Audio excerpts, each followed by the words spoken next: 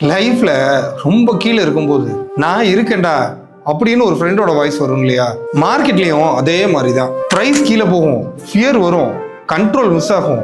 ஆனா ஒரு லெவல் வந்தா ப்ரைஸ் திரும்பி நிற்கும், கீழே போக முடியாம பவுன்ஸ் ஆகும்.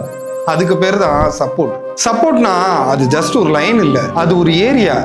பையர்ஸ் ஸ்ட்ராங்கா இருக்க ஒரு ஜோன். லைஃப்லயும் சரிங்க, மார்க்கெட்லயும் சரி, உங்க உண்மையான சப்போர்ட்டை கண்டுபிடிங்க.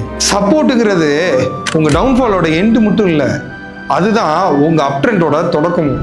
அதை மட்டும் கரெக்டாக கண்டுபிடிச்சிட்டீங்கன்னா லைஃப் அண்ட் மார்க்கெட் ரெண்டுமே அப் ட்ரெண்ட் தான்.